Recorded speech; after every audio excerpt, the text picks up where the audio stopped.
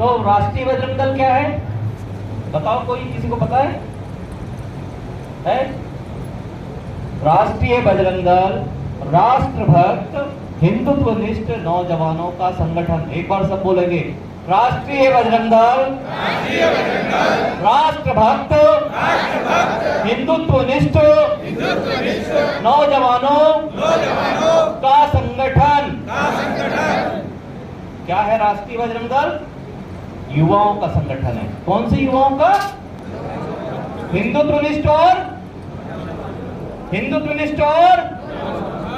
राष्ट्रभक्त और हिंदुत्वनिष्ठ। मैं बार बार इसलिए बोल रहा था कि आपको याद रहे कि राष्ट्रीय बजरंग दल क्या है। कि बोलने में शर्म तो नहीं आ रही किसी को? तो बोलो, राष्ट्रीय बजरंग दल क्या है? हिंदुत्वनिष्ठ राष्ट्रभक्त युवाओं का संगठन। ठीक, युवा किसको बोलते हैं? किसको बोलते हैं? नौजवान। किसी भी देश के अंदर, धर्म के अंदर, किसी भी समाज के अंदर, किसी देश और समाज के अंदर अगर कोई परिवर्तन करना है तो उस परिवर्तन को कौन कर सकता है? युवा। युवा कर सकता है ना। युवा परिवर्तन का दूसरा नाम होता है। अगर युवा को उल्टा कर दो तो क्या होता है? क्या होता है? क्या होता है? वायु। वायु जीवन देती है, लेकिन अगर वायु अनियंत्रित हो जाए, सीमाओं को लांघ जाए, तो वो वायु आंधी का रूप लेती है, तूफान बन जाती है, विनाश करती है। ऐसे ही युवा होता है। जब युवा अगर किसी निश्चित दिशा में चलता है, किसी निश्चित लक्ष्य के लिए चलता है, तो वह निर्माण करता है। लेकिन अगर वह युवा अगर भटक जाए, पथभ्रष्ट हो जाए, तो वह समाज को बर्बाद कर देता है, देश का विनाश कर देता है। ऐसे ही युवाओं को एक धारा में लाने का नाम, युवाओं को एक दिशा देने का नाम, युवाओं को एक निर्माण की ओर ले जाने का नाम है राष्ट्रीय बजरंग दल। इसलिए राष्ट्रभक्त तैयार करने का नाम है राष्ट्रीय बजरंग दल, और हिंदुत्वनिष्ठ तैयार करने का नाम है राष्ट्रीय बजरंग दल। इसलिए मित्रों, याद रखो, राष्ट्रीय बजरंग दल राष्ट्रभक्त और हिंदुत्वनिष्ठ नौजवानों का संगठन है। क्रांति आ गए क्या प्रवीण भाई?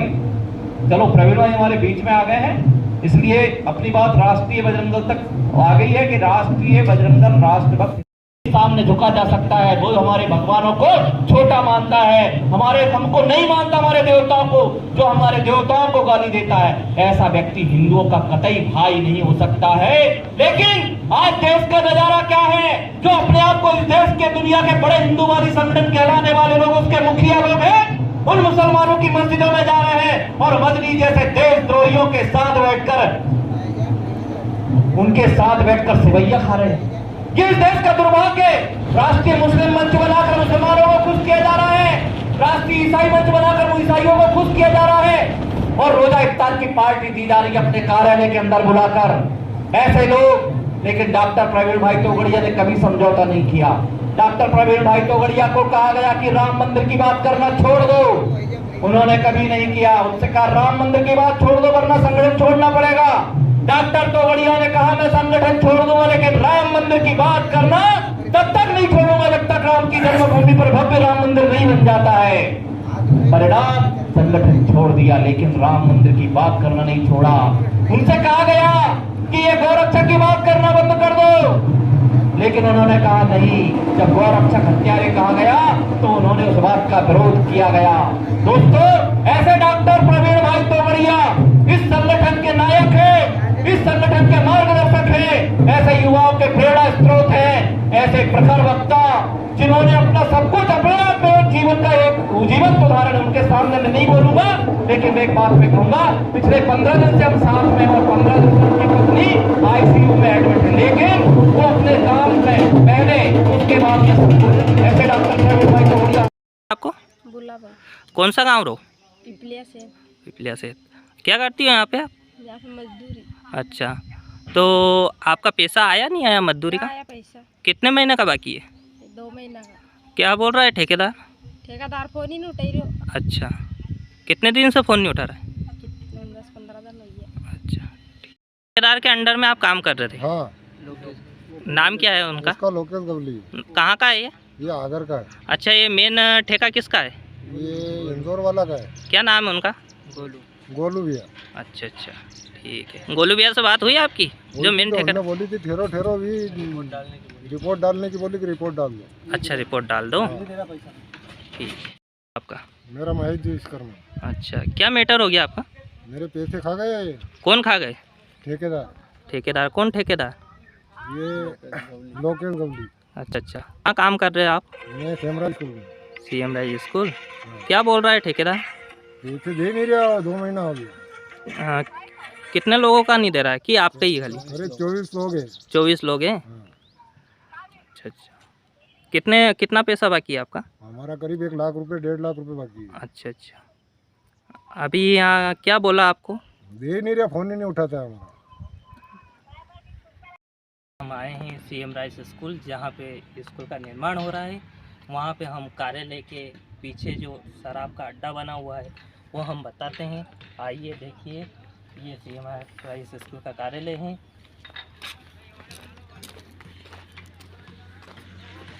आज हम ऑफिस के पीछे चलेंगे।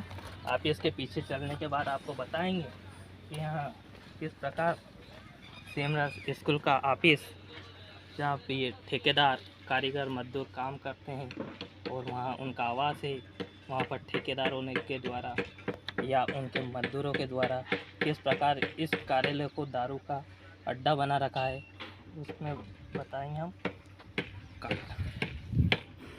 क्या नाम है आपका? संजय। कहाँ रहते हो? कश्मीर। वैष्णरिया। क्या हुआ आपके साथ? पैसा नहीं दे रहे ठेकेदार। अच्छा, किस बात का पैसा नहीं दे रहे हो? मजदूरी का। अच्छा, कब से मजदूरी कर रहे हो यहाँ पर? ये 1-1.5 महीना हो गया। अच्छा, ये आपके पाँव में क्या हुआ है? ये पाँव में यहाँ पे काम करते जा रहा था, घर पे तो गिर गया था। गिर गए थे? इसका इलाज का पैसा दिया नहीं दिया? नहीं दिया। आपने बोला उनसे? बोला था, नहीं दिया। अच्छा, हाँ, ठेकेदार मिल जाएगा अभी? ठेकेदार नहीं है, यहाँ पे भग गया हो तो। अच्छा, फ़ोन भी नहीं उठा रहा? फोन में नहीं उठा रहे। ठीक। शिकायत करी आपने? 181 भी करी। अच्छा अच्छा, क्या जवाब मिला? 181 भी? 181 पे कोई फोन नहीं आया अभी तक। हाँ, और उसके पास गया तो उन्होंने जी बैंक मारो तुम मारो, क्या फल किसके पास गए थे? पटवारी के पास, पटवारी के पास। क्या नाम है पटवारी का? अविनाश शर्मा। अच्छा, तस्वीरें हैं जहाँ पे आपको मैं बताता हूँ। दारू की बोतल है, क्वार्टर है, यहाँ पर पर्याप्त मात्रा में दिखेगी। ये देखिए, कैमरा मैन उधर बताना, ये दारू की क्वार्टर हैं। आपको पता चलेगा कि यहाँ पर निर्माण चल रहा है, यह दारू का धंधा चल रहा है। देखिए, ये क्वार्टर है, यहाँ पर पड़ी है। कैमरा मैन उधर बताना।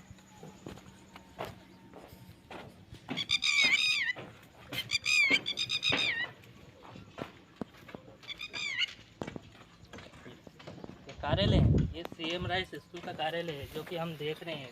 उसके जस्ट पीछे, दीवार के पीछे दारू की क्वार्टरें पड़ी हैं, बियरें पड़ी हैं। ऐसा नहीं लगता है कि यहाँ पर CM राइज स्कूल का कार्यालय है।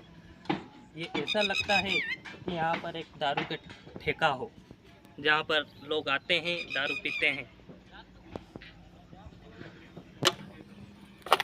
किस तरह लड़ाई हुई थी आपकी? सर हमारा खाई खुद हुई थी उसमें, हमारा खेत में। तो मैं बोलने गया कि खाई मत खोल, नहीं तो मैं बुलवा ही दूँगा। तो बोले कि तू आके देख लेना मेरे पास, खाई बुलवा के देखना। तो मैं गया वहाँ पर, तो कुछ भी नहीं बोलिया उस दिन। तो मैं फिर चला गया, तो औरत के वहाँ गया तो वो मेरे को मारने लगा। तनीराम और बालू सिंह और मोहन, तीनों ने मेरे को मारा। तो मेरे पिताजी भैंसे चला रहे थे मेरे से दूर, तो वो आए मेरे को छुड़ाने के लिए। तो इतने में उसको ही मारने लगे। तो उन्हें कहाँ चोट आई है बाबूजी को? मेरे बाबूजी को एक तो कमर की रीढ़ की हड्डी टूट गई, एक पेशाब बंद हो गया, आगे लातों की गिर गई, और एक 2 इधर की ये साइड की ये टूट गई, हाथ के यहाँ की। और आपको कहाँ चोट आई है? हमारे यहाँ है अभी 10-12 काम का तस्वीर में, और यहाँ टूट गया, यहाँ से टूट गया, क्योंकि हमको टूट गई यहाँ से। हम यहाँ लातों किससे नहीं, इससे जो मारा उसको। रिपोर्ट डाली आपने? रिपोर्ट डाली थी, पर 2 जने का, मैंने 3 जने का नाम बोला ना, उसमें 2 को लिखा, मैं पैसे कुछ खा लिया उसने, तो उसका हिसाब से किन किन लोगों के नाम लिखे?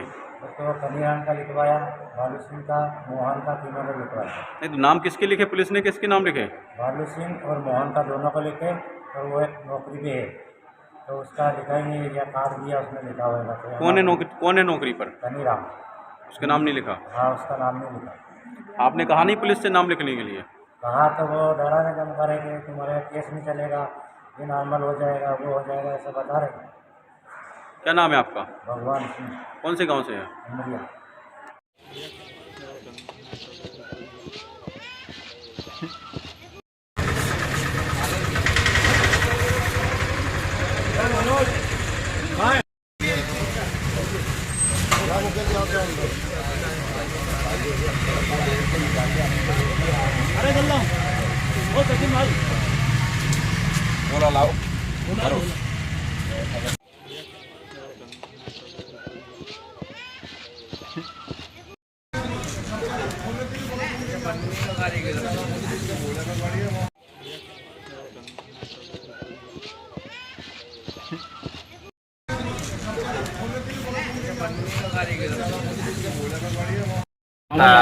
शाजापुर शहर से पॉलीथीन मुक्त करने का अभियान लगातार जारी है। लगभग 1.25 क्विंटल के आसपास 2 व्यक्तियों से पॉलीथीन जब्त की गई है, जिनमें एक थोक व्यापारी था और एक फुटकर व्यापारी था। तो सरकारी शॉप के काम होना, और गांव में कोपिन कोने न कोपिन हुए तो 5-5 हज़ार रुपया गरीब क्या दिला दे दे। शासकीय काम में सभी मशीनें न मशीना साले तो माँ के सभी के भी डाड़की सभी के भी मशीना नहीं मजदूरी करा। हाँ, मजदूरी करा। मेसना वे तो डाड़की का पक करे, मेसना वाला तो लई जाए न डाड़की का पक करो। हलो आप सब पण जेसीबी लगाड़ दे माँ डाड़की ने वे काम तो से मैं जातुरे ने करा खाती है नी ने ये पयाती लई ले खत्म लगा ले ने जन के कॉपी में होना 5-5 हज़ार रुपया लेने क्या लावे मन कई काम आवे, कई मकान आवे तो लावे खरी बापड़ा कटे पयात भी ले लेने में क्या लावा। सरकारी काम है तो फिर मशीन चाली रही तो हमारी मजदूरी नहीं रही चाली रही, तो मजदूरी क्या था फिर बना खाता मिला के दे, सबका खाता मिला के दे, पैसा कड़े ले। तो सरकारी काम कुल मिला के नहीं मिल रहा? हाँ, नहीं मिल रहा सरकारी काम, क्या मिल रहा? हाँ हाँ, तो नहीं मिल रहा। ठीक है बाबू, पूरी तरह कोई काम नहीं मिल रहा? हाँ ठीक है, करा तैयार बाकी बुलावे थे। अच्छा, और क्या क्या काम चल रहा है अभी? ये मिट्टी जाएगी सरकारी जगह पे, उनका खेत पे डालिए, हमारे भी खेत में डाली सरकार। अच्छा, आपके खेत में भी नहीं डाल सकते? हाँ हाँ। और प्रधानमंत्री आवास आ गया आपको? नहीं आया। अच्छा, कितना बीघा जमीन है आपके पास? 8-10 बीघा जमीन। अच्छा, और पैसे मांगते हैं क्या किसी काम के? ऑलरेडी मांगिया, हमारे छोरा जी मांगिया था। आपका लड़का से मांगिया था? कूपन का कितने पैसे? 5,000। पटेल। कौन सा पंचायत बदलाव। अच्छा, क्या क्या काम चल रहा है और किस किस काम के पैसे ले रहे हैं? ये डबरी चल रही बहुत आइडिया, मशीन की काम चल रहे, मजदूरी एक ही लगा रही है। अच्छा, मजदूर नहीं लगा रहे? एक भी लगा तो और उसके खेत में गारा डाल देते हैं और दूसरा खेत में नहीं डालते। अच्छा अच्छा, तो ये उन्हीं के खेत में खुदा रहे कि दूसरी जगह खुदा? सरकारी जगह में खुदा, शासकीय जगह में खुदा रहे, उनके खेत में डाल रहे हैं? उसके खेत में डाल रहे गारा। अच्छा, और किस किस कौन से काम अभी चल रहे हैं और किस किस में पैसे मांगे जाते हैं? पैसे तो कोपिन में मांगते 4-5 हज़ार रुपये मांगते हैं। कुएं में? कोपिन में कुआ पे मकान का पैसा मांगता है 5-10 हज़ार। अच्छा, प्रधानमंत्री आवास के? 15। हाँ, प्रधानमंत्री आवास। कहाँ से आए हैं आप? सिर्फ उदयपुर से। उदयपुर। कौन सी पंचायत है? बदवा साहब। किस विषय को लेकर आए हैं आप? वो गहरीकरण के लिए। अच्छा, क्या गहरीकरण कर रहे हैं, क्या नहीं कर रहे? गहरीकरण के लिए आए हैं, तो वो गहरीकरण का काम चल रहा है उसके लिए। अच्छा, तो अच्छी बात है ना, गहरीकरण का काम चल रहा है तो अच्छी बात है। तो गरीब लोग सबको तो मजदूरी होनी चाहिए। अच्छा, तो मजदूरों को मजदूरी नहीं देते? हाँ, मजदूरी से काम हो रहा है। आज किस लिए आए हुए आप? आज हमारे गांव में जो है वो सरकारी तलई थी, उसको खोद कर मिट्टी कहीं अवैध जगह जा रही थी, इसलिए सभी गांव वालों ने संगठन किया कि अपने गांव में जो है वो गलत काम हो रहा है। इस विषय में हम ग्राम पंचायत बदवासा उदयपुर से जो है ये यहाँ कलेक्टर साहब के यहाँ इस चीज़ का व्यापन देने आए थे। क्या नाम है आपका? बालू सिंह नाम है मेरा। कहाँ जा रही मिट्टी? कहाँ जा रही थी? मिट्टी जा रही थी कहीं पर्सनल खेतों में। रामचंद्र कौन गुजारा था तले? कुछ रामचंद्र के खेत पे तले कौन गुजारा था? रामचंद्र बनाएगा, रामचंद्र जी ने। रामचंद्र बनाएगा। अच्छा। मिट्टी उनके खेत पे जाएगी, खुद ही तो गारो आया और मनरेगा में है ना? आया और अच्छा, तो ये आपको पता है मनरेगा से ही चल रहा है काम? हाँ, मेरे को पता है। अच्छा, ये बोल कि सरोवर तालाब जो क्या कोई अब जैसे भी नट जाए बाद में पहाड़ भी तोड़ दिए। किसने तोड़ी थी? रामचंद्र कि अमृत सरोवर बनाया, उसमें अवैध जगह में बनवाया, जो शासकीय जमीन में बनता है उसको कहीं पर्सनल जमीन में बनवाया और उसमें गांव की मिट्टी की तलई जाके डाल रहे थे। इसमें सरपंच मंत्री जो भी है, जो भी सांठगांठ में हमारे खिलाफ कार्रवाई की जाए। हमें किसी से व्यक्तिगत कोई नहीं है। ठीक, तो ये सरपंच साहब भी करवा रहे हैं क्या? हो सकता है सरपंच साहब भी करवा रहे होंगे। उनके अंडर में काम तो उनके अंडर में आता है ना? काम तो सरपंच साहब के अंडर में आता है। सुनवाई में क्यों आए थे? ये कलेक्टर आवेदन देवाते आए थे। किस विषय को लेकर? वो रामचंद्र और मंत्री सहायक सचिव और सरपंच ने तड़े की घेरीकरण कराने के लिए जैसे भी वो ट्रैक्टर लगाया था, जिसके बावजूद रामचंद्र ने उनके खेत में गारा डलवाया। अच्छा। तो मैं यहाँ कागज देने आया था कलेक्टर ऑफिस में। अवैध खनन कर रहे हैं वो। अच्छा। हाँ। तो और कहाँ शिकायत की आपने? एक तड़े की पाल भी फोड़ी। अच्छा, पुरानी बनी हुई थी क्या? पुरानी तड़े थी, उसको उंडी कर रहा था वो, घेरी करेंगे रिपेयरिंग करने लगा था। अच्छा। तो मजदूर की जगह उन्होंने जैसे भी लगा दी। अच्छा, मजदूर की जगह जैसे भी लगाई हुई। और क्या क्या काम चल रहा है अभी आपकी पंचायत में? आप माँ की पंचायत में तो और शायद माला में कने ले अमृतसर को काम चल रहा तो उनके रामचंद्र जी के। वहाँ वो मिट्टी वहाँ ढलाई उसमें। अच्छा, मिट्टी दूसरे के यहाँ डले हुए हैं। और बदवासा पंचायत में जो ये पट्टा दिया है सरपंच ने, मंत्री ने, सहायक सचिव ने, तो वो वहाँ मतलब 10,000 रुपया लिया। अच्छा। और एक कोपिन का रामचंद्र ने 5,000 रुपया लिया और मंत्री सरपंच ने आना ने मिलके बांट लिया वो। अच्छा। और किस किस बात के पैसे लेते हैं वहाँ पे? मकान का पैसा लेता है और कोपिन का पैसा लेता है रामचंद्र, मंत्री, सरपंच सब भी लेते हैं। अच्छा, सभी लेते हैं। किसके लिए पैसे? हमारे भाई के पे लिया, मुकेश पे लिया पैसे लिए। आप भी सारंगपुर विधानसभा की दावेदारी कर रहे हैं, तो कुछ लोगों का कहना है कि आप बाहरी हैं। कुछ लोग मेरे बारे में गलत अफवाह फैला रहे हैं, जबकि मैं वार्ड नंबर 3 शीतला माता कॉलोनी सारंगपुर विधानसभा के नगर पचोल में रहता हूं और मेरा मकान और दुकान सब पचोल में ही है। और मेरे पिताजी लगभग 25-30 साल पहले गांव से यहाँ पचोल में आ गए हैं, तो भारी का कोई सवाल नहीं होता। मैं स्थानीय निवासी हूँ, मेरे पास सभी डॉक्यूमेंट जो हैं सब पचोल के हैं और सभी नगर पालिका में जो भी डॉक्यूमेंट्स होते हैं वो सब पचोल के हैं मेरे पास। अगर पार्टी आप पे भरोसा करके अगर टिकट देती है तो आप जनता को क्या देंगे? अगर पार्टी मुझ पर भरोसा करके अगर मुझे अपना प्रत्याशी बनाती है तो मैं जनता को यहाँ पर जो रोजगार की जो समस्या है, बीते 30-35 सालों से यहाँ भारतीय जनता पार्टी के विधायक हैं, वो इस चीज़ में नाकाम रहे हैं कि यहाँ पर रोजगार स्थापित नहीं करा पाए। हमारे यहाँ के लोग गुजरात या अन्य राज्यों में पलायन करते हैं। मैं जन सहयोग के माध्यम से या अन्य प्रकार से यहाँ पर उद्योग स्थापित करना चाहूँगा, जिससे कि छोटे मोटे रोजगार मिल सके और युवाओं को रोजगार मिल सके। अभी तक कांग्रेस तकरीबन 20 साल से वहाँ पे नहीं जीत पाई है, इसका कारण क्या रहा मुख्य? कांग्रेस में सबसे मेन बात है कि वो भी गुटबाजी है, और जब हम गुटबाजी ख़त्म कर देंगे और सब मिलकर चुनाव लड़ेंगे, निश्चित ही हम कांग्रेस की यहाँ पे सीट भारी बहुमत से जीतेंगे। अगर मुझे मौका मिलता है तो मैं सभी संगठन के पदाधिकारी और कार्यकर्ताओं को साथ में लेकर चुनाव लड़ूंगा। ऐसा आपकी समाज के कितने वोट हैं वहाँ पे? मैं मेघवाल जांगड़ा समाज से बिलोंग करता हूँ और मेरी समाज के लगभग यहाँ 28 से 30 हज़ार वोट हैं, और बाकी अन्य समाज भी हमारे को सब पसंद करती है, पर हमारे समाज के भी यहाँ 28-30 हज़ार वोट के लगभग हैं। तो अगर पार्टी आपको टिकट नहीं देती है तो फिर? पार्टी टिकट नहीं देती है तो कोई बात नहीं, हम पार्टी के लिए मेहनत करेंगे, इसमें कोई दो राय नहीं है। ये गाय क्या नाम आपका? प्रताप सिंह। कौन सी पंचायत है? छापरिया पंचायत। जिला आगरमालवा। गांव कौन सा है? आमला नानकर। आमला। ये जो गौशाला बनी हुई है, इसको चालू करने से कोई नुकसान है क्या? कोई नुकसान नहीं, हमारे और फायदा है। अच्छा। ये गायाँ फर्री आई हुई।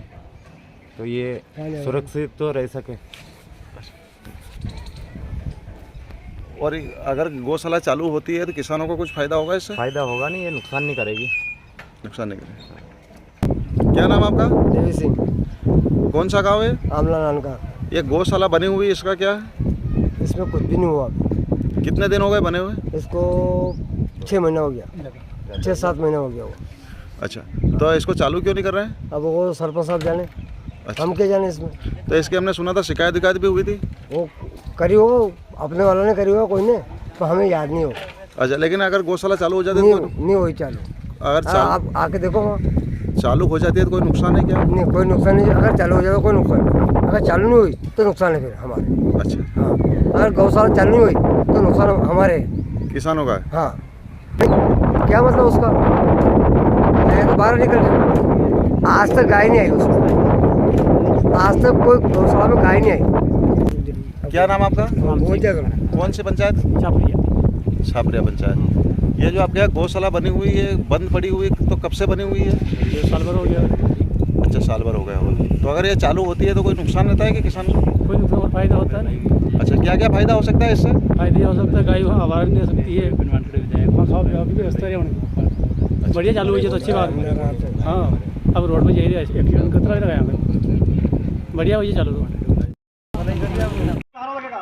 इसी योजना के माध्यम से महिलाओं को सशक्त करने के लिए माननीय मुख्यमंत्री शिवराज सिंह चौहान जी ने योजना प्रारंभ की है। आप सभी बहनों से आग्रह है कि आप मुख्यमंत्री शिवराज सिंह चौहान जी का आभार प्रकट करें, सोशल मीडिया के माध्यम से आभार प्रकट करें। इसमें भारतीय जनता पार्टी सरकार बनकर आपके सामने आए और कई विभिन्न योजनाओं के माध्यम से महिलाओं को, आम लोगों को, युवाओं को, सबको उन्नति की राह पर आगे बढ़ाए। बोलो भारत माता की।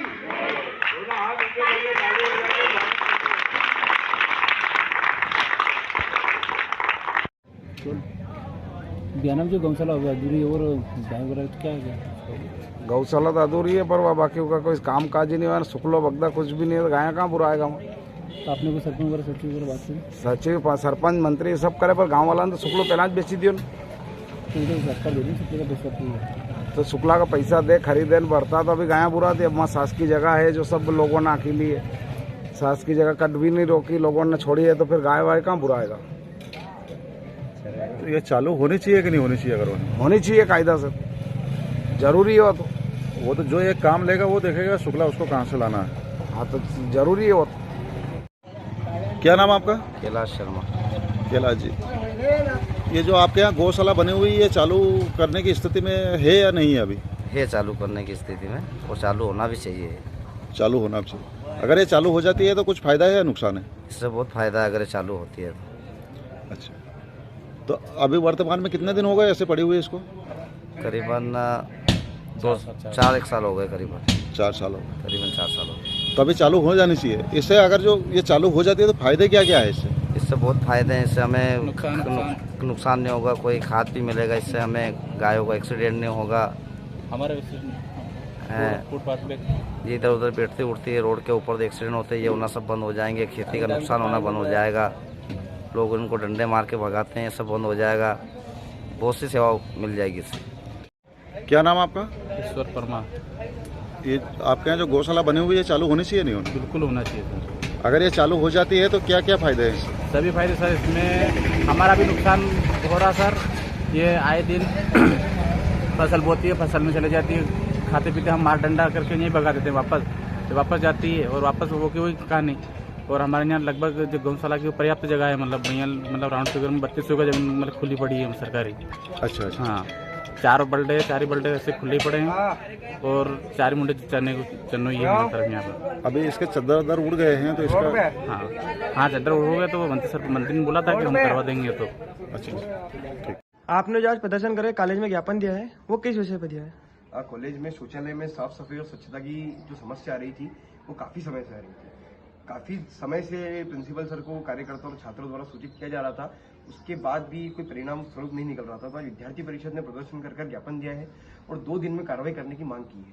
अगर कार्रवाई नहीं होती है तो विद्यार्थी परिषद उग्र आंदोलन करेगी और कॉलेज की तालाबंदी करेगी। और जब तक कार्रवाई नहीं होगी, जब तक अनिश्चितकालीन हम लोग हड़ताल पर बैठेंगे और इसमें इसकी समस्त जिम्मेदारी महाविद्यालय प्रशासन और प्रिंसिपल सर की रहेगी।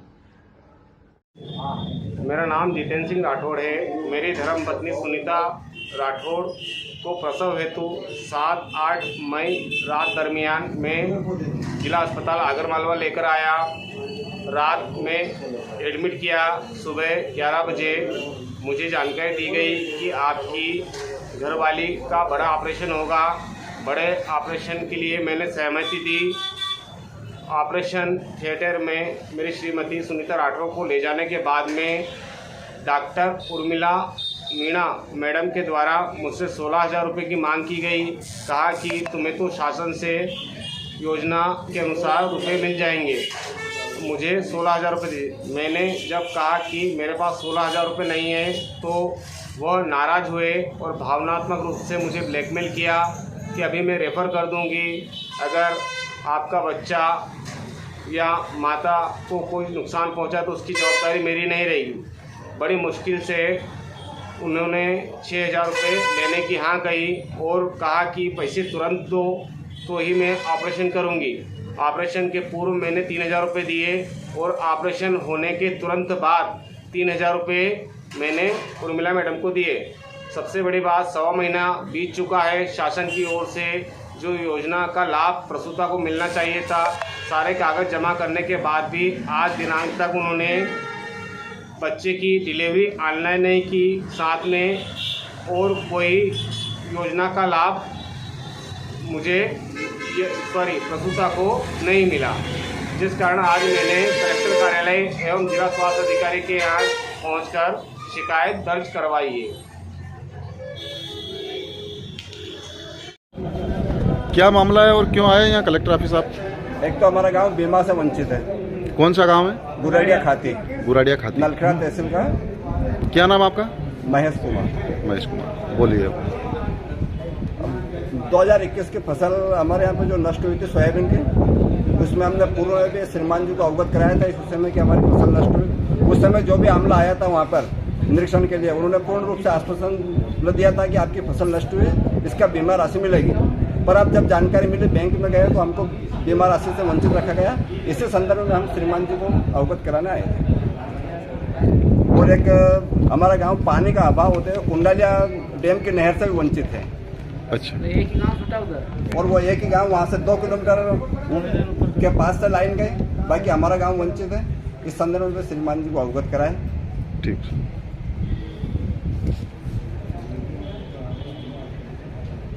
विश्वास नहीं, निवेश आएगा, आप निवेश को डिमांड नहीं कर सकते, आपको अट्रैक्ट करना पड़ता है। और अट्रैक्ट तभी होगा जब लोगों को मध्य प्रदेश पर विश्वास होगा। आज ऐसी कोई चीज नहीं है जहां कोई शक ना हो। अभी सतपुरा भवन में आग लगी, 17 घंटे आग चलती रही। ये आग लगी, आग लगाई गई, कितनी हजारों फाइल जल गई। चुनाव के पहले ये सब होता है। आज बीजेपी के पास कुछ कहने की बात नहीं रही, उनके पास केवल पुलिस, पैसा और प्रशासन है। हमारे कृषि क्षेत्र में आप शाहजहाँपुर की बात लीजिए, शाहजहाँपुर की बात लीजिए, लहसुन, प्याज, आलू, कि क्या है किसानों का न्याय हुआ? हमारे मध्य प्रदेश में 70% अर्थव्यवस्था कृषि क्षेत्र पर आधारित है और शुजालपुर तो लगभग पूरा ही कृषि क्षेत्र है। अगर 70% कृषि क्षेत्र पर आधारित है और किसानों की ये हालत रही, समर्थन मूल्य का क्या हाल है? कितने प्रतिशत किसानों को समर्थन मूल्य मिलता है? मंडी का क्या हाल है? मंडी में कितना समर्थन मूल्य मिलता है? ये सब चीजें आज जनता समझ रही है और मुझे पूरा विश्वास। मैं ग्राम पंचायत अमरकोट सरपंच प्रतिनिधि, और हमारे यहाँ पर जो अवैध तरीके से रेत का खनन होने के संबंध में तो पहले भी आवेदन दे चुके हैं, और अब इन रेत का ये जो ठेकेदारों और अधिकारियों की मिलीभगत से इनने तहसीलदार, पटवारी, गिरदार के द्वारा एक फर्जी सीमांकन किया गया है। और उसमें क्या है कि टेंडर हुआ इनका, लेकिन अभी तक कोई रॉयल्टी वगैरह कोई जारी नहीं हुई है। और हमारे जो गांव के जो खेतों का रास्ता है वो जहाँ पर इनने टेंडर किया वो खेतों का रास्ता खेतों 1 किलोमीटर तक नदी में होकर हमें गुजरना पड़ता है। अगर ये समस्या अगर वहाँ पर रेत का अगर खनन करते हैं तो हमें बारिश में निकलने में बहुत ज़्यादा दिक्कत होगी। इससे हमारे मवेशी ट्रैक्टर खेत में नहीं पहुँच पाएंगे और इससे हमारे पूरे गाँव वाले को बहुत ज़्यादा दिक्कत आएगी और इसकी जिम्मेदारी स्वयं प्रशासन की रहेगी।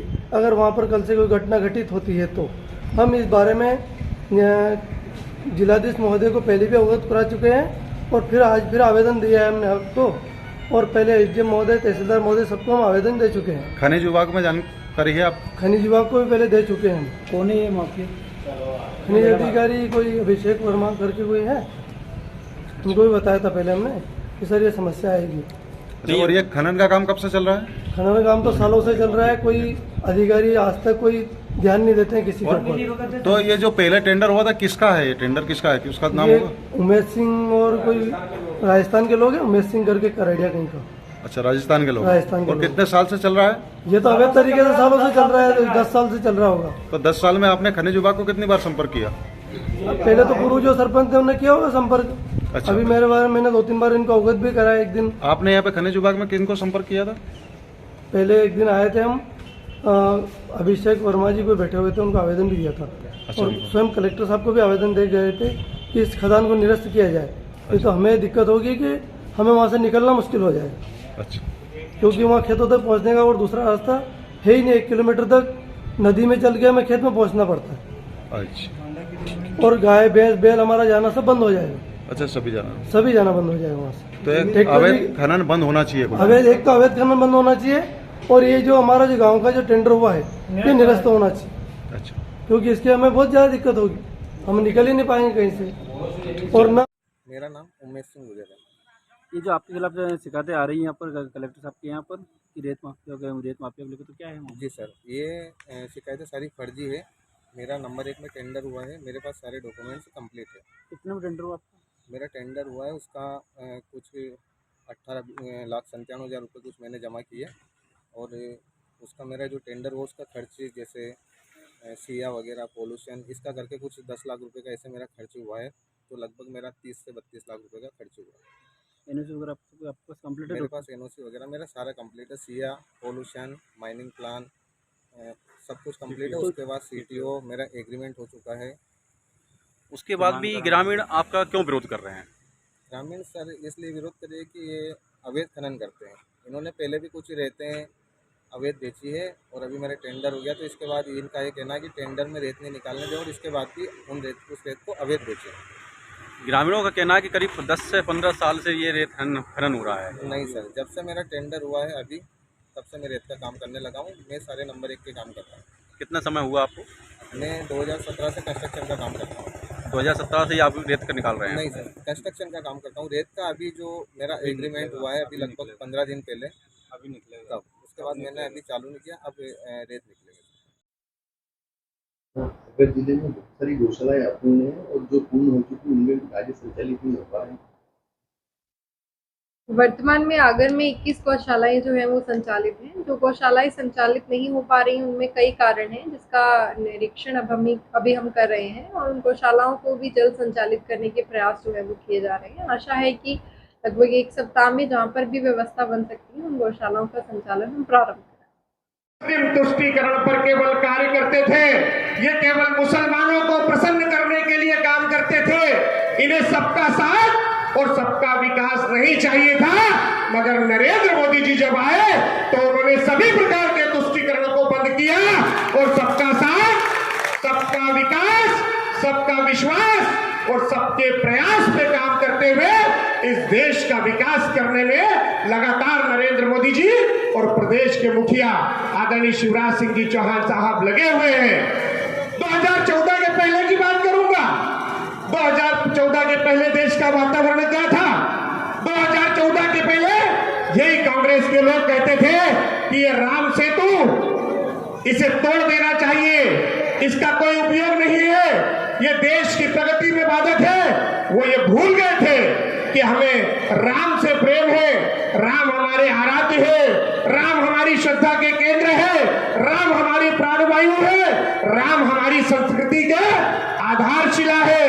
और हमें केवल राम से प्रेम नहीं है, बल्कि राम की हर चीज जो इस देश में विद्यमान है उससे प्रत्येक राम भक्त प्रेम करता है, स्नेह करता है। जब राम सेतु के टूटने की और देश शून्य रह गया कि कांग्रेस किस प्रकार की बातें करने में लगी है। कांग्रेस राम जी के राम सेतु को तोड़ना चाहती है। राम जी हमारी आस्था के केंद्र है, इस राम सेतु को नहीं टूटना चाहिए। राम सेतु के लिए देश भर में आंदोलन हुए और उसी दरमियान कांग्रेस ने जब सुप्रीम कोर्ट के अंदर अपना हलफनामा पेश किया तो ये कांग्रेस कहती है कि राम काल्पनिक है, राम जैसा कोई चरित्र हिंदुस्तान में नहीं हुआ, राम का कोई चरित्र नहीं है और राम केवल पूरी तरह से कहानियों में बना हुआ एक किरदार है। और राम के चरित्र को, राम के अस्तित्व को उन्होंने काल्पनिक बताकर राम के नहीं होने की बात सुप्रीम कोर्ट ने करी थी। ये बात आप लोगों को भूलना नहीं चाहिए।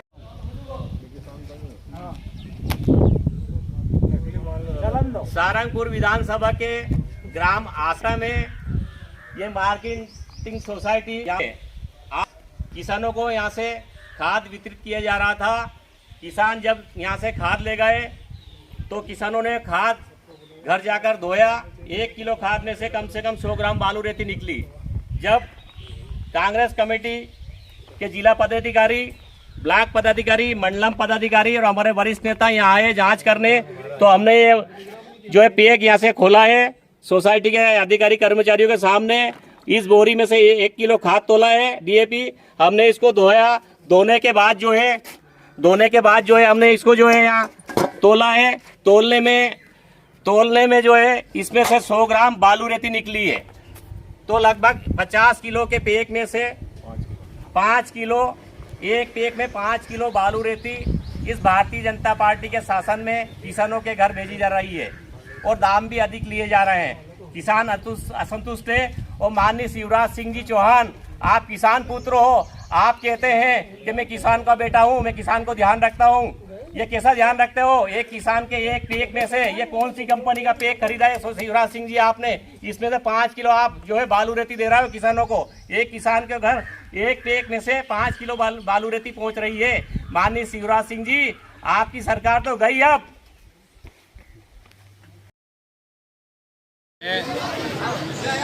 शोहदाए करबला की याद में 10 दिन के निकलने वाले मुहर्रम पर्व की मैं सभी हिंदू मुस्लिम भाई, अखाड़े के खलीफा उस्ताद व देश प्रदेश व शहरवासियों को दिल से मुबारकबाद देता हूँ। और आज मुहर्रम की 1 तारीख हो गई। हमने बड़े साहब को उनके इमाम बाड़े से छोटे चौक में आस्था इमाम बाड़े में रख दिए गए हैं। और आज से हम सभी पूरी जिस तरीके से हर साल के मुताबिक मुहर्रम मनाए जाते हैं, उसी तरह भाईचारे और मोहब्बत और अखलाक से मुहर्रम मनाएंगे। मेरा सभी अखाड़े के और सभी मोहल्ले के शहर के लोगों से गुजारिश है, अखाड़े के उस्ताद खलीफा से कोई ऐसे धारदार हथियार या आपत्तिजनक चीज़ें नहीं लाएं। और जो अपन ने जिस तरीके से भर के मुहर्रम मनाए और मनाते आ रहे हैं, उसी तरह सभी हिंदू मुस्लिम भाइयों को साथ कंधे से कंधा लगाकर, और आप सब लोग जितने भी हमारी 10 समिति के 10 लोग पूरी तरीके से आप सब लोगों के साथ हैं। अपने साथ पूरा शहर है, हिंदू समाज है, जिला प्रशासन, पुलिस प्रशासन और जितने भी आप हमारे पत्रकार बंधु और मीडिया के जितने भी आपका भी आपके चैनल और आपके माध्यम से भी हम ये कहें कि त्यौहार अच्छा, शांति, सद्भावना और भाईचारे से निकले। मेरी यही गुजारिश है। जय हिंद, जय भारत। पहली तारीख आज के लिए क्या कहना चाहेंगे? शोहदाए करबला, मासूमन करबला, शोहदाए करबला जिनकी याद में मनाने वाला त्यौहार मुहर्रम शरीफ का त्यौहार, आज मुहर्रम की 1 तारीख बड़े साहब को उनके इमाम बाड़े से बाहर छोटे चौक में उनका अस्थायी इमाम बाड़े में रखा गया। और सभी मोहल्लों में मिलादें बढ़ी जा रही हैं और जुलूस जल्द से चालू होंगे। और सभी उस्ताद खलीफाओं से गुजारिश है कि वो कोई धारदार हथियार या आपत्तिजनक सामान अखाड़ों में ना लाएं। सभी से गुजारिश करता हूँ कि शांतिपूर्वक सौहार्द से अपना मुहर्रम शरीफ का त्यौहार एक दूसरे से कंधे से कंधा मिलाकर मिलाएं। जय हिंद, जय भारत। जो है मध्य प्रदेश के, उसके लिए आम आदमी पार्टी की क्या रणनीति है? वैसे जी आज हम लोग आगरा विधानसभा में पहुंचे हैं। जो आम आदमी पार्टी चुनाव लड़ रही है उसका बहुत जल्दी चोन मैनिफेस्टो आएगा, जिसमें आपको अकेला किसान, व्यापारी और स्टूडेंट हो गए सभी के लिए उस जो मैनिफेस्टो में अलग अलग बातें रखी जाएंगी, जिसके आपको पता लगेगा कि भी हाँ भोपाल के लोगों के लिए आम आदमी पार्टी बहुत अच्छा कुछ लेके आ रही है। जो 70 साल से पिछली पार्टी लूट रही है उन सबको पछाड़ देगी पार्टी और एक अच्छा शासन लेके आएगी। उन खतरनाक लोगों से इस देश के लोगों का जो है खैड़ा छुड़वाएगी। और साथ में आप देखना भी इधर के किसानों के लिए कुछ अच्छा, जैसे पता चला किसान काफ़ी कर्जे में है, उसके लिए हम भी बात करेंगे हाईकमांड के साथ। और चोन मैनिफेस्टो बनेगा जो किसानों से पूछ के बनेगा, जिसमें किसान बताएंगे हमारी क्या ज़रूरत है, हमको क्या मुश्किल है। ऐसे ही व्यापारियों से, ऐसे ही स्टूडेंटों से और वक्त ब्लॉक से बनेगा। इसलिए जो भी होगा अच्छी हो। बता रहे हैं हमारी सरकार के मुखिया, उन्होंने बताया कि सोसाइटी का कर्ज सारा माफ कर दिया, लेकिन क्योंकि मैं भी किसान हूँ, मेरे पिताजी भी अभी खेतों में ही होंगे। मध्य प्रदेश के अंदर जो पंजाब के किसानों की हालत है उससे भी ज़्यादा बदतर हालत यहाँ है, क्योंकि यहाँ डबल इंजन की सरकार है और डबल इंजन की सरकार किसानों को आगे बढ़ाने में अपनी ताकत नहीं लगा रही, किसानों को तहस नहस करने में अपनी ताकत लगा रही है।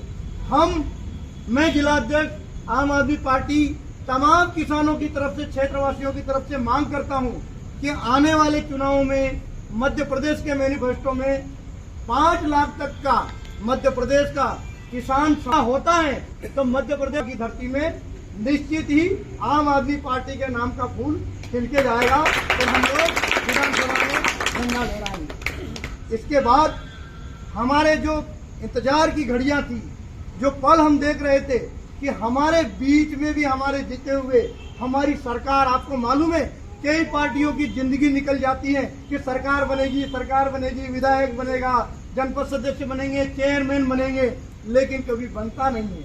आपने देखा है संसद में अभी 38 दलों का मेला लेकर मोदी जी चल रहे हैं। 38 दलों में से सिर्फ 3-4 दलों के विधायक और सांसद हैं, बाकी के किसी के एक भी विधायक और सांसद नहीं है। यानी मोदी जी ने सारे जो लोग शामिल किए हैं उनका कोई वजूद नहीं है। अब 2 दलों की और जरूरत पड़ रही है, 38 से 40 हो जाना चाहिए, क्योंकि अली बाबा और 40 चोर का नारा भी तो आप हमको ही लगाना है। 2 आदमी और शामिल हो जाएंगे, 2 दल, तो उनका पूरा संगठन अली बाबा और 40 चोर वाला हो जाएगा।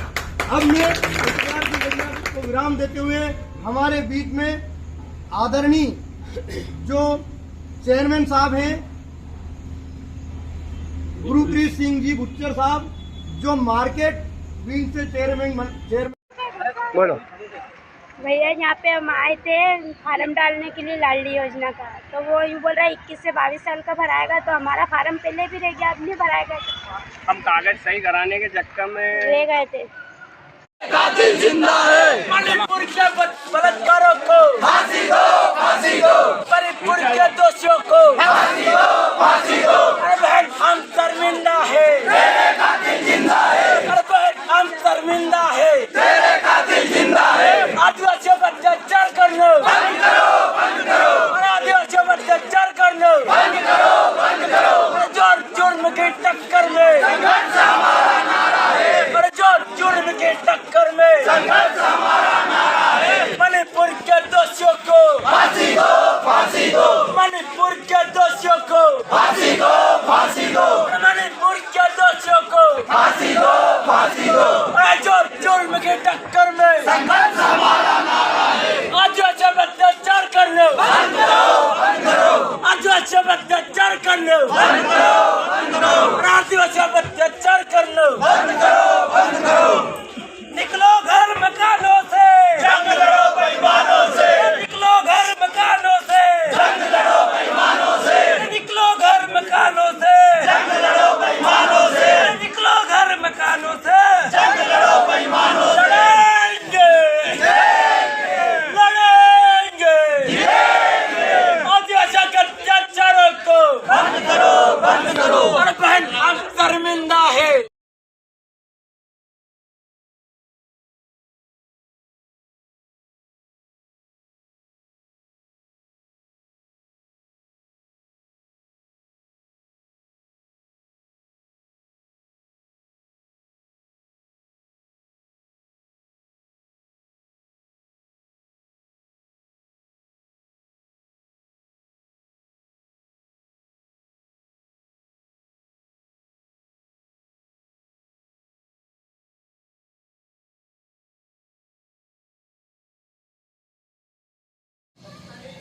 हमारा सरपंच साहब शौचालय के 2110 रुपये की रसीद काट के शौचालय नहीं बनी, उनके भी पैसा दे ही दिया है।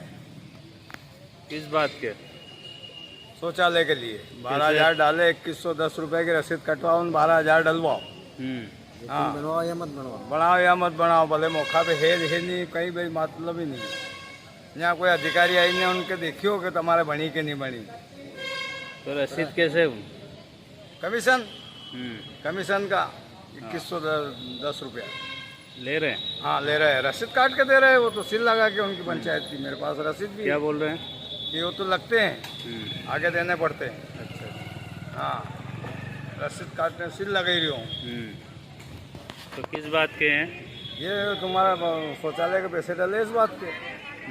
हाँ, ये तो पैसे 2100 दोगे, शौचालय के पैसे नहीं डालेंगे तुम्हारे को। अच्छा अच्छा। मेरे को खुद को उप सरपंच से भी पर्ची रसीद देगी मेरी। तो शिकायत किया आपने क्या? नहीं, आज जन सुनवाई में दे के आए। हाँ। अच्छा अच्छा।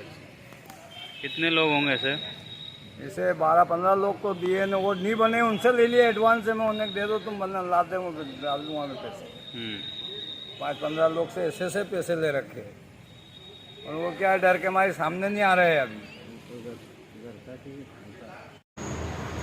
कल दिनांक 25/7/23 को शाम को सूचना थाने पर सूचना मुखबिर द्वारा प्राप्त हुई कि संडावता की तरफ से एक हीरो सिटी 100 मोटरसाइकिल से 2 लोग बगैर नंबर की मोटरसाइकिल आ रहे हैं, जिनके पास अवैध रूप से स्मैक रखी हुई है।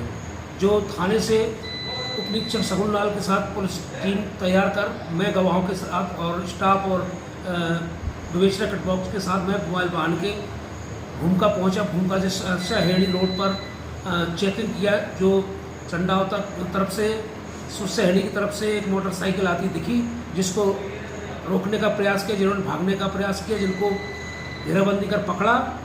पूछताछ पर अपना नाम भगवान सिंह एवं राजेश तवर निवासी मेहरा छोटी के बताए। तलाशी लेने पर राजेश के पास से 20 ग्राम स्मैक एवं भगवान सिंह के पास 10 ग्राम स्मैक जो अवैध रूप से रखे हुए थे मिली। मौके पर ही कार्रवाई कर जब्ती बनाई गई, मोटरसाइकिल भी जब्त की गई। उन आरोपियों को गिरफ्तार कर थाने लाए। थाने पर अपराध क्रमांक 145 अपलिक 23 धारा 8/21 NDPS कायम किया जाकर विवेचना में लिया गया है। आरोपियों को आज न्यायालय पेश किया गया है। सर, पश्चिम बंगाल की एक टीम आई थी, क्या डिटेल्स है सर इसकी? पश्चिम बंगाल की टीम थाना बिरसा में आई थी और उनका यहाँ कोई प्रकरण था जिसमें कोई वांटेड अपराधी था। यहाँ पे किसी कॉन्ट्रैक्टर के यहाँ वो मजदूरी का काम कर रहा था, उसको कल उन्होंने पकड़ा है और आज उसको ट्रांजिट रिमांड पे उसको लेके गए। दूसरी बात है कि प्रिंजन को जिस आधार पे कि आरोपी मुकदमा दूसरे ऊपर आरोप नहीं लगा सकता। अरे रमन कुमार शायद वार्ड सदस्य है, उसमें मैं परिवादी भी नहीं हूँ। तो जब उन्होंने परिवार समर्पित किया है उस प्रिंजन कुमार के विरुद्ध, तब तक तो उसके ऊपर जेल जो केस भी नहीं हुआ था। केस तो इनके द्वारा ही वीडियो से करवाया गया था तालाबंदी के विरोध में। तब तो उसके ऊपर जब परिवार समर्पित किया था उस समय तो इसके ऊपर कोई केस भी नहीं था। दूसरी बात, श्यामनंदन सिंह ने फरवरी 2022 में लिखा, तब श्यामनंदन सिंह निलंबित भी नहीं था, अक्टूबर में निलंबित हुआ है। और ऐसा कोई प्रावधान ही नहीं है कि जो व्यक्ति किसी के ऊपर मुकदमा है, निलंबित है, दूसरे के विषय में नहीं लिख सकते हैं। ये जिस CWJC 14/426 का जिक्र कर रहा है, तो उसमें वो उन्होंने मेरे विरुद्ध कोर्ट किया था और उसमें इनको बताया गया कि नहीं, जिसके विरुद्ध आप आरोप लगाए हैं उसके ऊपर कोई आरोप प्रमाणित नहीं है, आप ही के ऊपर सब आरोप प्रमाणित है, इसलिए आप कैसे कर दिया, इसके आरोप याचिका को खारिज कर दिया। और उसी का हवाला देके पहले भी जो सरकारी राशि का गबन किया एक टीचर, उसको वीडियो ने अपने 2477 से मुक्त किया और फिर उसी का हवाला देके से मुक्त किया गया। कोर्ट का ऑर्डर मेरे पास भी है, उसमें क्या लिखा है। अब तक प्रिंजन कुमार ने मेरे विरुद्ध कई हाईकोर्ट में मुकदमा किया BRP पद से हटाने के लिए। पहला केस तो इन्होंने जाके 23/2/2012 किया, उसमें ही हार गया। फिर अपील अथॉरिटी में गया, अपील में केस संख्या 5/2016, उसमें ही हार गया। फिर ही जाके 14/426 CWJC हाईकोर्ट में 2015 में किया, उसमें ही हार गया। फिर जाके CWJC 10/962 2018 में किया, उसमें ही हार गया। सब में हमको आरोपी बनाया गया। फिर ही केस किया 90/29 CWJC/2019, उसमें भी हार गया।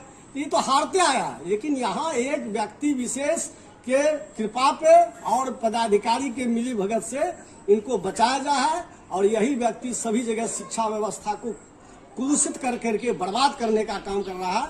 इसलिए संगठन, मैं बढ़िया जिला उपाध्यक्ष गोपगुट पहले भी पंचायत राज पदाधिकारी को कहा था कि छदम परिवार पे बगैर जांच की आप कार्रवाई नहीं करेंगे। अनसुना करके, नियम को ताक में रख करके और पद शक्ति का दुरुपयोग कर करके और किसी की मिलीभगत से, बिचौलिए शिक्षक की मिलीभगत से दोहन शोषण के उद्देश्य से निलंबन किया गया है। और उसका प्रमाण है कि बीना कुमारी पढ़ाती है। इसका प्रमाण है कि आज मैंने वीडियो में देखा है कि सैकड़ों अभिभावक, बच्चा सब उनके पक्ष में नारा लगा रही है कि इनका निलंबन गलत हुआ है। तो कैसे हो रहा है? तो दरअसल उनको प्रभार नहीं देना है, उसने गबन किया होगा, इसलिए ऐसा किया है। इसलिए यहाँ तो ये हो गया कि निर्दोष को बेल, मतलब निर्दोष को जेल और दोषी को बेल, यानी प्रिंजन कुमार में सब आरोप तो जिला का जांच को प्रखंड से खारिज, और जिसके ऊपर कोई आरोप नहीं, कोई जांच नहीं, उसको सस्पेंड और 70 किलोमीटर दूर मुख्यालय। ये दुर्भाग्य है। अब जो परिवादी है आगे बढ़ेगा, मामला जो भी विधि सम्मत होगा, जो सक्षम न्यायालय होगा, लोग जाएंगे। उसमें हम न 3 में है न 13 में है, लेकिन जहाँ सांगठनिक मदद की जरूरत होगी वहाँ बढ़िया उपाध्यक्ष के नाते हम तैयार रहेंगे। और प्रखंड पंचायत राज पदाधिकारी के इस नियम विरुद्ध कार्य की हम घोर भर्त्सना करते हैं कि अगर उनका यह रवैया जारी रहा, संगठन उनके विरुद्ध धारदार आंदोलन चलाने से बात नहीं आई। मैं जिला उपाध्यक्ष बिहार राज्य प्राथमिक शिक्षक संघ प्रखंड नारायणपुर में बीपीआरओ नारायणपुर के द्वारा कुछ शिक्षकों को निलंबित किया जा रहा है छोटी छोटी मामलों में, और कुछ शिक्षकों को निलंबित मुक्त किया जा रहा है। क्या कुछ विस्तार से बताएंगे? देखिए, जब सत्ता और अधिकार किसी गलत व्यक्ति के हाथों में चला जाता है तो उसका इसी तरह दुरुपयोग होता है। और विगत कई वर्षों से शिक्षकों के लिए यह संक्रमण काल चल रहा है। बेवजह शिक्षकों को निलंबित किया जा रहा है और निलंबन को एक व्यापार बना दिया गया है। अभी पूर्व में भी 7-8 शिक्षकों को बेवजह निलंबित किया गया था, जिसके कारण जिला स्तर पर जांच होने पर पूर्व के प्रखंड पंचायत राज पदाधिकारी दोषी साबित हुए हैं। फिर नए जो प्रखंड पंचायत राज पदाधिकारी हैं, आज 22 तारीख के डेट में एक बीना कुमारी को सस्पेंड किया गया है, एक तरुण कुमार झा को सस्पेंड किया गया। तो संगठन के पदधारक होने के नाते मुझे जो सूचना प्राप्त हुई है कि बीना कुमारी के संदर्भ में किसी चंदन कुमार ने आवेदन दिया था कि उनका प्रमाण पत्र जो है वह विद्यालय में रहते हुए और कैसे डिग्री ले ली जाके, तो उन्होंने सारा साक्ष्य लगा करके दिया कि हम सवैतनिक अवकाश की स्वीकृति वीडियो से ले करके विद्यालय से विधिवत विरमित होकर के तब हम जो है जाके वो प्रशिक्षण बीएड का लिए और सर्टिफिकेट इशू है। तो अगर उनका प्रमाण, तो उसके बाद उनका कोई जवाब नहीं आया कि आपका प्रमाण पत्र गलत है। अगर उनका प्रमाण पत्र गलत है तो सत्यापन की जवाबदेही किसकी है? आप बीपीआरओ हैं, आप प्रखंड नियोजन इकाई के सदस्य सचिव हैं, तो आपने आज तक उनका सत्यापन क्यों नहीं कराया? बगैर सत्यापन किए उसके प्रमाण पत्र को सब अनुलग्नक रहते हुए संदेहास्पद कैसे बता रहे हैं? जब वहां इनको निलंबन का मौका नहीं मिला तो फिर वहां के एचएम से एक बिचौलिए शिक्षक ने संपर्क करके इनके ऊपर आरोप लगाया कि विद्यालय आती ही नहीं है शिक्षिका। तो चूंकि दरअसल बात है शिक्षिका बड़ी है, उन्होंने जब प्रभार मांगा जूनियर से तो इनके ऊपर आरोप लगा दिया और प्रखंड नियोजन निकाय ने बिना भौतिक सत्यापन किए, बिना किसी प्रकार का जांच कराए उसको सस्पेंड कर दिया। यह तो सीधे सीधे पदीय शक्ति का दुरुपयोग है और लोग नियम के अनुसार काम नहीं करके इच्छा अनुसार काम कर रहे हैं। अब दूसरा मामला आप देखिए, उनका मुख्यालय 70 किलोमीटर दूर नारायणपुर बनाया गया। पहले भी शिक्षिका का सस्पेंशन हुआ था तो उसको भी नारायणपुर निलंबन मुख्यालय बना। लगता है कि अब मध्य विद्यालय नारायणपुर हौज खास बन गया है, अस्तबल बन गया। तो बराबर 70 किलोमीटर दूर वही तरुण झा का सस्पेंशन हुआ जेंट्स का, तो उसको बल्हापुर उसके घर के 1 किलोमीटर की दूरी बनाया गया है। यह केवल और केवल प्रताड़ित करने के लिए, कितना प्रताड़ित कर जाए परेशान होकर के कि जो हम मांगे वह रकम दे करके निलंबन मुक्त हो जाए, यानी दोहन शोषण के उद्देश्य से किया गया यह है, षड्यंत्र पूर्वक निलंबन किया गया है। और आप मान लीजिए अभी पहले एक प्रिरंजन कुमार के मैटर में कि प्रिरंजन कुमार के जिला से जांच होके आया, जिला स्तर शिक्षा विभाग के जिला स्तरीय 2 बढ़िया पदाधिकारी ने जांच करके डीओ के अनुमोदन से डीपीओ स्थापना का पत्र निकला कि अनुशासनिक कार्रवाई में निलंबित कीजिए, और यहाँ गंगाजल छीट दिया गया। 2017 में भी उसको पत्रांक 159 से इसी तरह बचाया गया था, ठोस साक्ष्य रखते हुए शिक्षक को जांच पदाधिकारी बना के बचाया गया।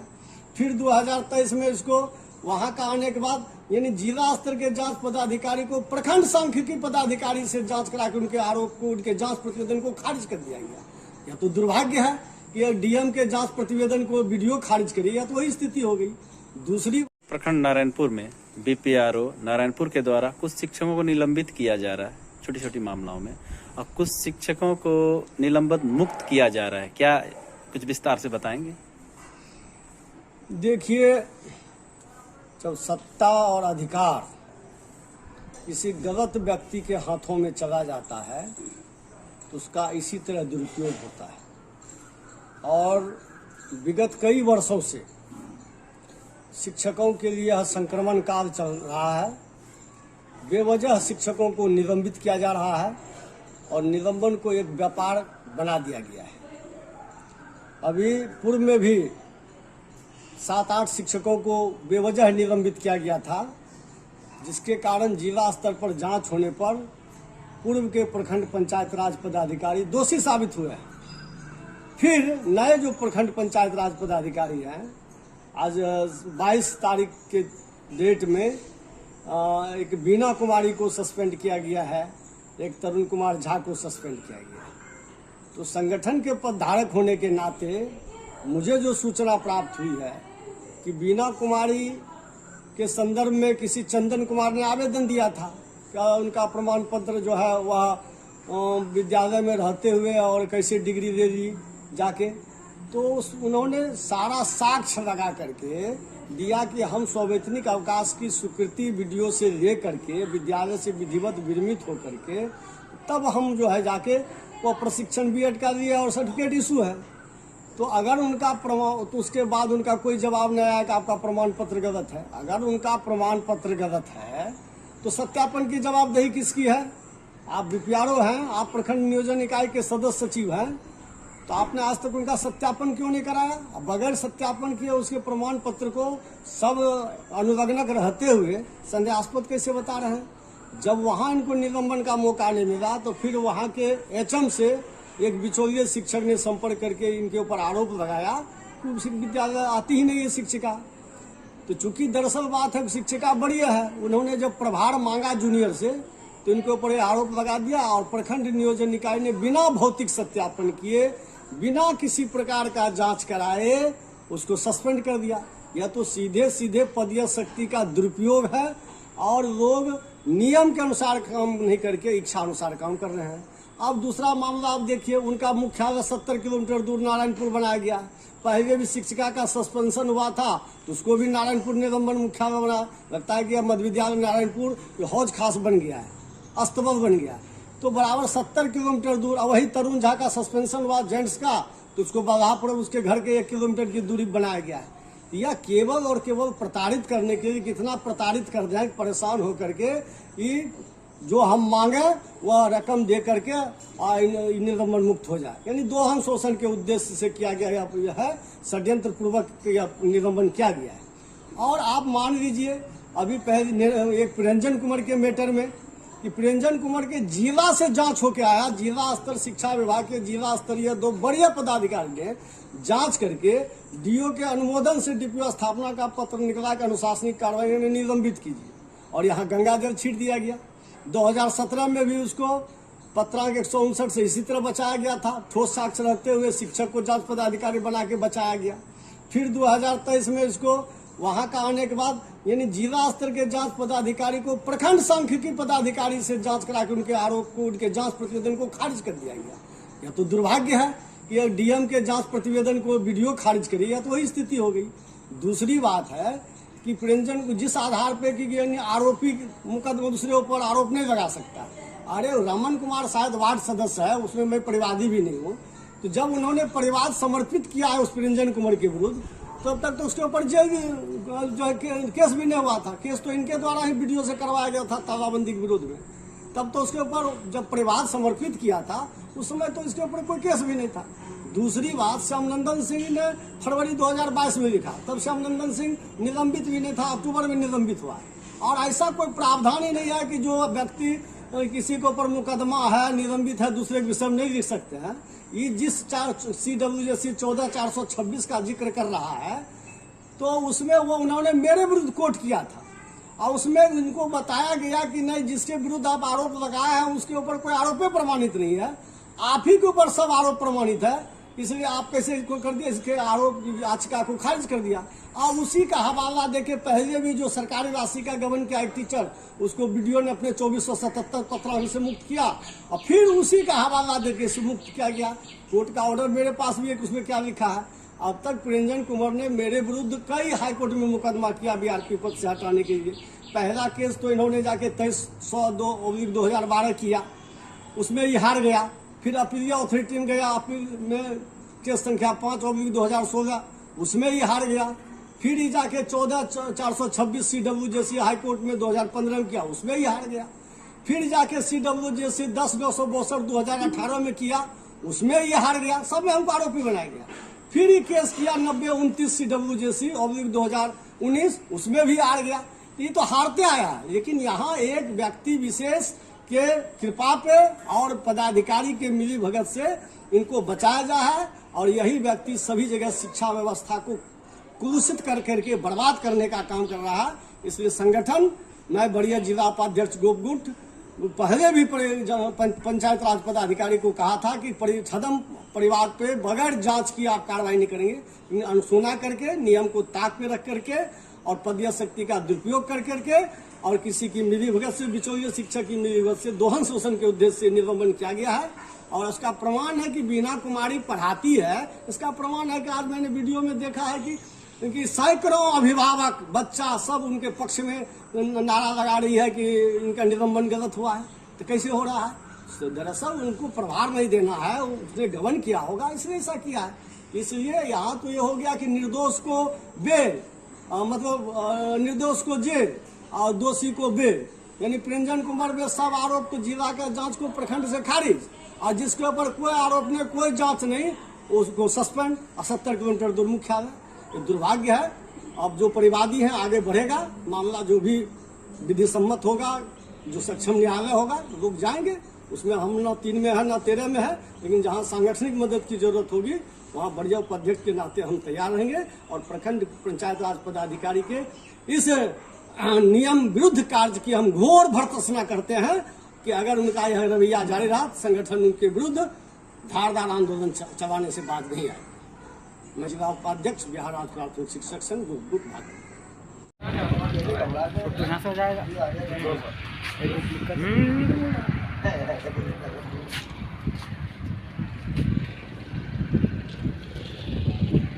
के दिन चोरी हुई थी।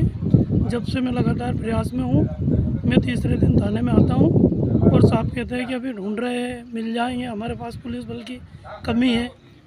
तो ये कमी तो इनकी, हमारी जनता की थोड़ी है। और मेरे बाद भी फिर 2 चोरी और गांव में हो गई।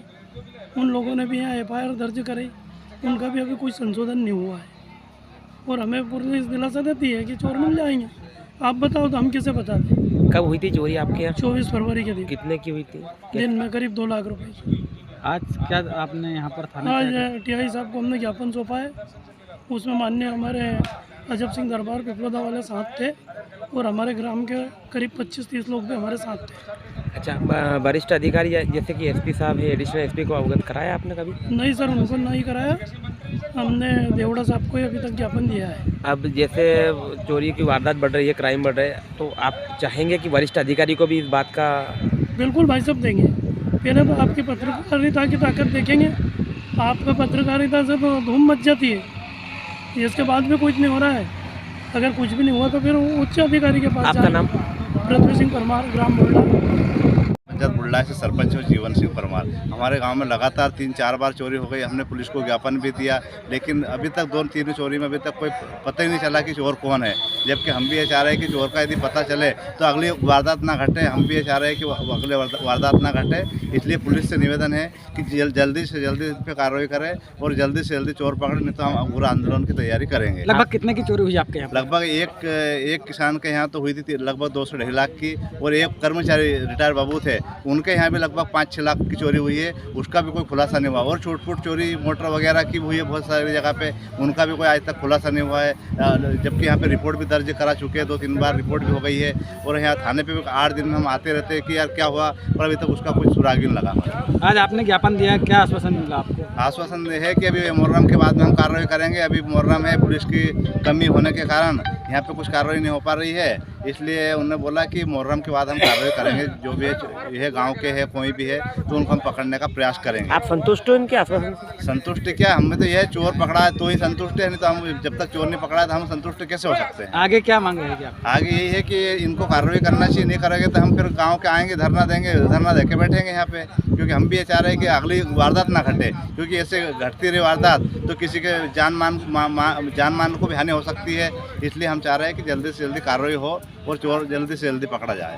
2-3 वारदात अभी गुडलाई में हुई है, उसके बाद में 2-4 और अपना मोटर चोरी, केवल बार वगैरह, पन्नी वगैरह चोरियाँ हुई, जो वारदातों में बढ़ी है, बढ़ोतरी हुई है। उसमें संदेही और संदिग्ध लोगों को ला के पूछताछ की जा रही है और अपने पुलिस अधीक्षक महोदय द्वारा अलग से अब चोरी के मामलों में सुराग रस्सी के लिए अलग से टीम गठित की गई है। उसमें 5-6 लोग हैं। अभी ला के 2-4 दिन से पूछताछ भी की थी और जो सस्पेक्ट थे उनसे बयान वगैरह लेके फिंगर वगैरह लिए थे, उनके साइबर सेल को नंबर वगैरह भेजे थे। तो वहाँ से कुछ अभी तक मदद मिल नहीं पाई है। उसके बाद में भी सिविल ड्रेस में भी 1-2 आदमी मैंने लगा रखे हैं इसी माल मुलजिम के सुराग रस्सी के संबंध में। उसमें प्रयास कर रहे हैं हम लगातार। अभी थोड़ा राष्ट्रीय त्यौहार चल रहे हैं, मुहर्रम वगैरह, सावन महीना चल रहा है, सवाजा वगैरह, अभी ये प्रवचन वगैरह भी चल रहे हैं, तो थोड़ा थाने पे भी बल कमी है। उस हिसाब से हम लगातार प्रयास करके बहुत ही जल्दी चोरियों में हम सफलता हासिल करके वारदात ट्रेस करेंगे। एसडीएम कोई भी अधिकारी भारतीय किसान संघ की बात मानता है। फिलहाल में भारतीय किसान संघ सक्रियता से चल रहा है पूरे प्रांत में और पूरे प्रदेश में। अभी हर महीने भारतीय किसान संघ की एक मुख्यमंत्री जी के साथ में बैठक होती है, हर महीने बैठक होती है और उसमें जितने भी अपने आंदोलन हुए थे उस आंदोलन के जितने उन्हें आदेश करा उनको फॉलो कराने के लिए वो बैठक होती है। जो बचे उन्हें जितनी घोषणा करी उसके लिए बैठक एक किसान बैठक होती, किसान मंच की बैठक होती है प्रदेश में। तो मेरा तो यही कहना है भाइयों कि 2 दिन में आपको सीखना है, पूरे नारे सीखना है। ग्राम इकाई जितना भारतीय किसान संघ का नारा है वो आपको सीखना है। ये अभ्यास वर्ग है।